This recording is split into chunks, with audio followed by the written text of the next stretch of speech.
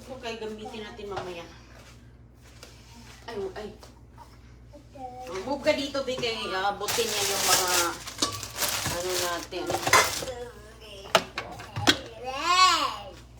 Ano si Jen? Buti ka lang. Nagmamadali na si Don Julio. Yay! Don Julio's favorite. Ala, ito ang kale, oh. Isang halop na kale. Nasaan natin? Nasaan doon?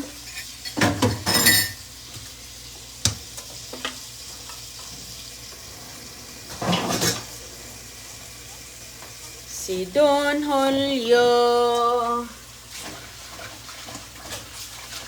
Kain ka nito, Dang? Okay. Lagyan natin ito ng... ano pa ilalagay natin, Be? May kamatis tayo doon, Be, no? Lagyan natin yung kamatis, dagdag pang tamis. Kamatis yung dayro ni dito. Galing sa garden. 4. Dagdag tamis doon. Isa lang yung ano natin, oh. Saging na sira na, oh. May mga itim-itim na. Sama yan dyan. Ano pang mga mayroon doon? Ay, ito. Sama natin to. Yan mga kaibigan. Mayroon ba kayong nakikitang ganitong kulay na pakwan? Ayan, oh. Sus ko. Medyo natagalan kami sa... Ang laki din kasi ng pakwan, eh. Natagalan kaming naubos.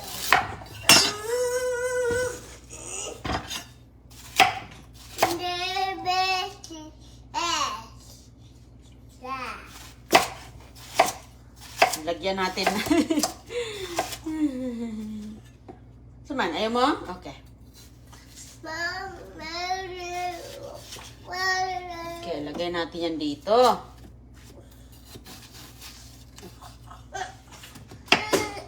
Anti ka lang. Halak ka. Wow, puno na doon. Para manamis-tamis to doon. Tingnan natin, Be.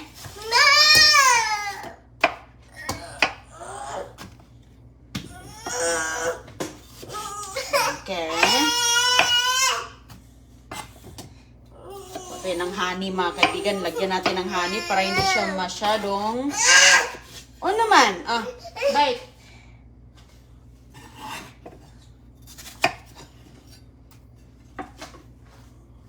Honey. Saan yung honey natin? CJ. Yan.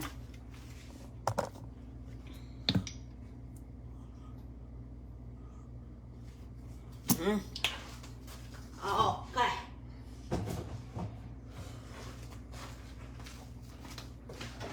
Kalimutan natin yung gatas. Gatas. Lagyan natin ng gatas para hindi siya lalapot. Kasi pag walang gatas, lalapot. Santakip natin. Gustong gusto ito ni CJ. Maganda rin to mga kaibigan kasi malusog. Malusog siya. Kung anong meron kayo dyan, yan lang ang gagamitin. Ako dito, kung anong meron, yan lang din ang aking ginagamit.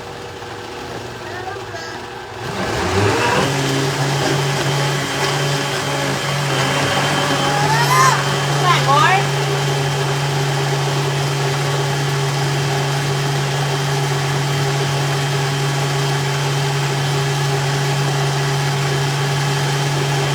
Binigyan, ayaw. Yan, gusto na pala niya.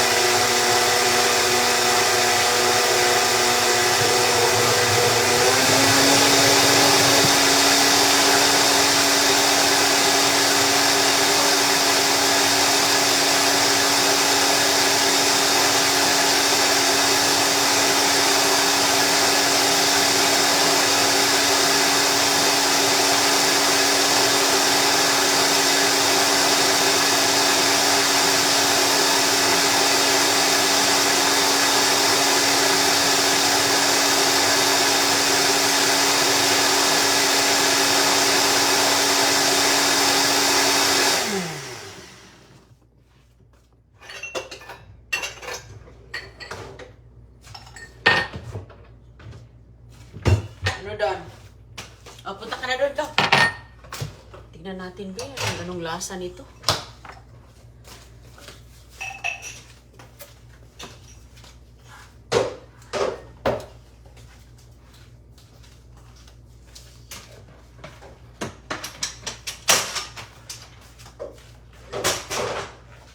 Anong lasa?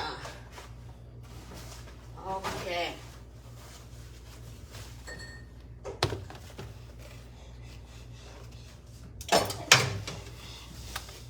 Uy. Amoy green.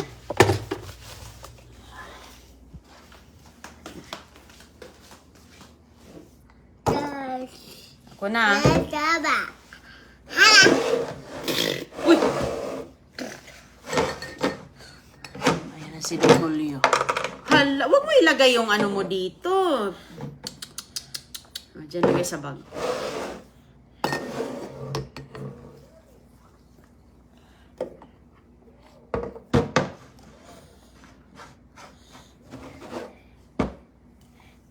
Huwag mo ilagay dyan. Sige. O, inom na, be. Subukan mo, be. Ikaw ang taga-subok, be. Masarap.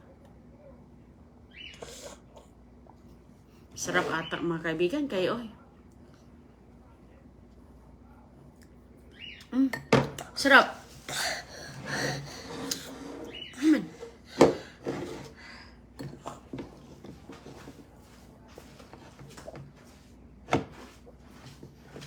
Masarap siya. Nakadagdag talaga yung honey at saka watermelon. May dilaw bang watermelon, no? Nakasubok na kayo ng pakwan na dilaw?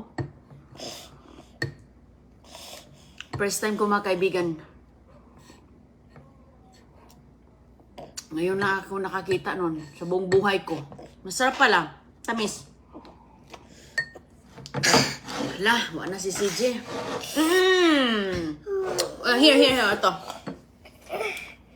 Huwag gamitin yung baso sa iba para hindi ka masanay. Mayroon kang sarili. Sus, Junior. Higo pa. Subukan nyo ito, mga kaibigan. Masarap siya. Masarap pala siya. Lagyan ng pakwan. Hala. Malasalasahan mo pa yung... Maanghang kasi yung kale. Basta hilaw na kale. Maanghang. Oh, hindi naman maanghang na parang sili, pero may aftertaste.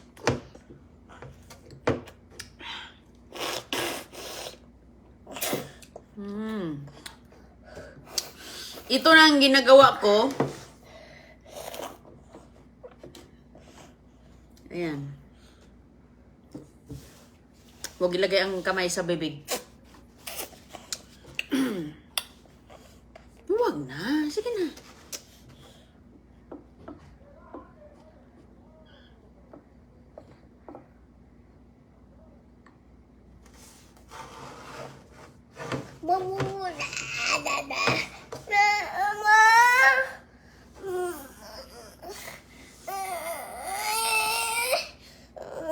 CJ. Ano naman? May tinitignan ako, mga kaibigan. Mayroon kasing tao sa labas.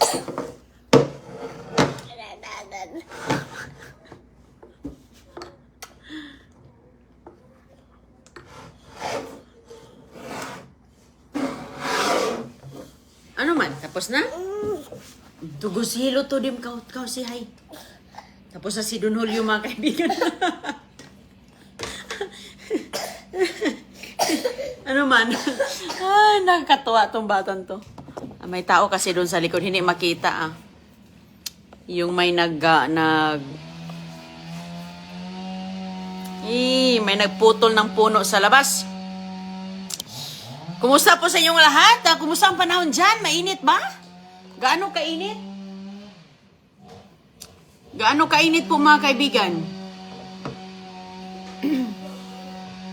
Dito, mainam kasi nung isang araw, umulan. Si CJ, gustong-gusto niya to. Inom lang kami ng Maglilinis ako mamaya. Inom muna tayo ng smoothie.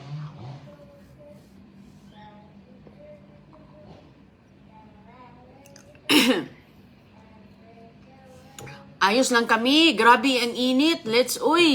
Oo nga, mayroon ako nakita sa yung iba nagluluto na sila sa kawali. Totoo ba yun?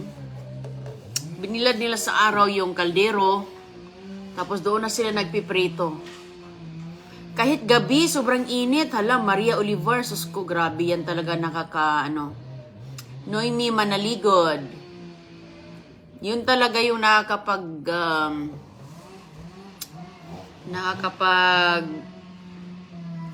trangkaso ba? Hala, grabe, mainit talaga. Nakakapaso ang init. Wow. 50 degrees Celsius. Tumaas yung sa Manila, no? Nakita ko sa balita. Yun ang pinakataas na init sa buong history. Ngayon ang mainit sa buong history. Sa Pinas. Sa Manila. Grabe, sus ko, no? Kawawa talaga yung mga nagtrabaho sa labas. Lalo na yung mga magsasaka ba?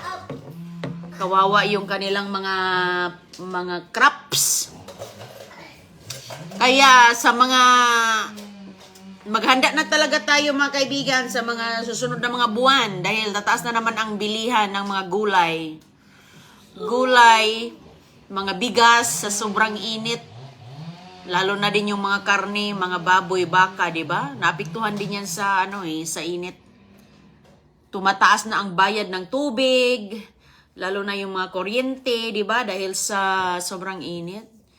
Kasi lagi kang maliligo, umaga at gabi maliligo ka para makatulong sa taas ng temperature. Hindi naman totoo yung nagluluto ka ng itlog at isda sa init. Siguro, Nati Amuncio. Grabe na yun siguro. Hindi na. Kahit sa gabi. Dito, so, ganun, mainit din dito, pero hindi gaya sa Pilipinas na umaabot ng record sa 40 degrees Celsius sa Cebu. Teresa Dioso.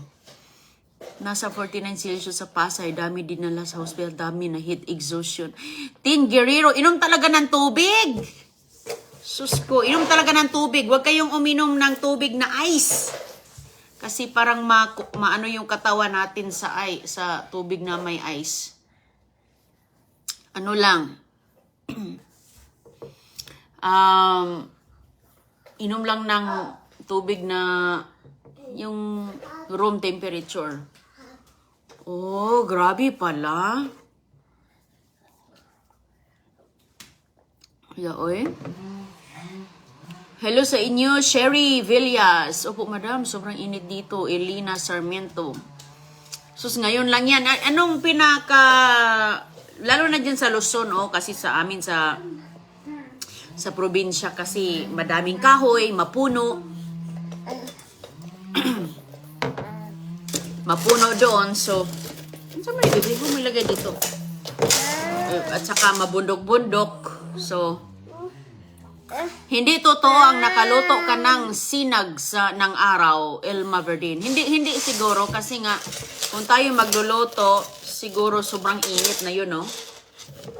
So kung naluluto man yung isda sa araw, siguro yung mga tao naluluto na rin. So sobrang init, no? Pero siguro sa katagalan, bebe, wag dito sa mesa, bebe. Siguro sa katagalan mga kaibigan, hinayaan mo lang sa labas, siguro maluluto din. Pero it take 5 hours, 6 hours. Pag binilad mo lang ba, like binilad mo sa labas. Wag bebe, wag dyan, di ka alingas, sabi.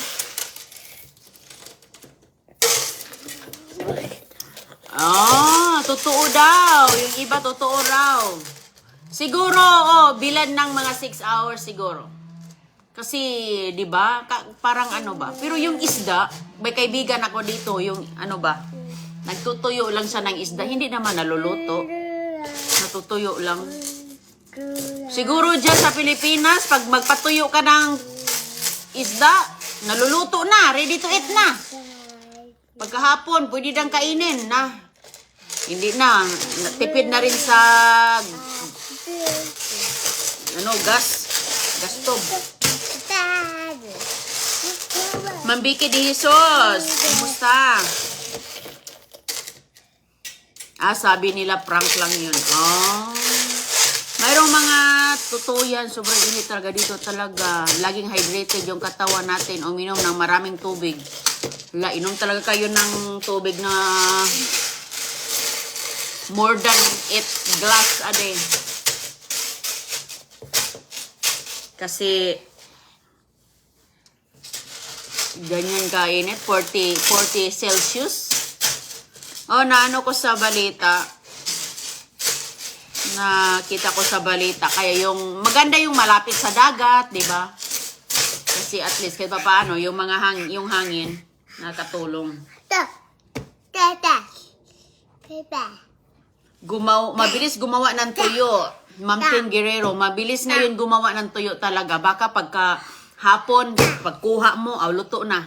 Naluto na sa araw. Ma'am Noemi, manaligod sa sobrang inyong klase dito sa Ilagan, Isabela. Walang klase sa Ilagan, Isabela. 4 hours, binilid yung mantika, saka nakalagay nila islam. Ilinita ko, sir. Siguro yon. Hayaan mo lang sa labas. 4 na oras hanggang 6 na oras, talagang makaluto ka dyan. Magsubok nga daw ako dito, pero hindi ganyan ka, ngayon, mahangin ngayon eh. At saka parang makulimlim. Tuwang-tuwa ito niyo. Tuwang-tuwa ka dyan sa bag ni ate mo, ha? Sa mga sa mga, anong tawag dito? Kaya masira itong kanyang chain. Masira ang chain. Cute pa naman, Ganyan lang, ayan. Ganyan lang, huwag sa misa. Kasi kamisa man masira. Kumusta kaya sa Visayas? Ano ang mainit ba dyan sa Visayas? Ayaw mo na, Dodong?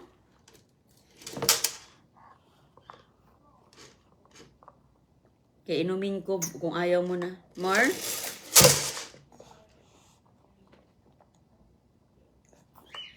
Mamaya mga kaibigan,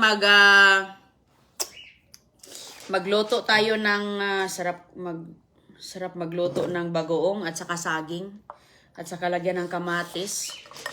No more? No? Nakadalawang baso na si CJ nito. Tapusin ko sa kanya para ubusin natin. Kasi magba-brown ang kulay nito eh. Naubos ni CJ. Galing naman ni Don Julio. Birthday ni CJ sa July. Kaya, siya, Julio. Napakagandang pangalan ng Julio. Marami akong may mga tiyuhin, may mga relatives ako na Julio. Hindi naman yan pangit na pangalan. Ang ganda nga niyang pangalan na yan eh. Kahit dito, ang daming mga pangalan na ganyan. Diba? Diba, Don? Hala, si Don Julio, Sus, mga kaibigan, ang sarap talagang tama na, wala na. Hangin na lang. Sarap uminom ng tubig sa buko. Wala na kaming buko, Wala na ako. Nag-ikot-ikot ako dito. Masura. Wala man ako nakita. Hindi naman parati tayong mag-ikot. Mayroon agad. Wala. Hindi ganyan. Kasi kung araw-araw yan dito, magtatapon yung mga tao na. Depende lang. Paisa-isa lang yan sila. Nasa school si Kisiana. Bye-bye mga kaibigan, ha? Maglinis na ako dito. Magmamap na ako. Bye-bye po.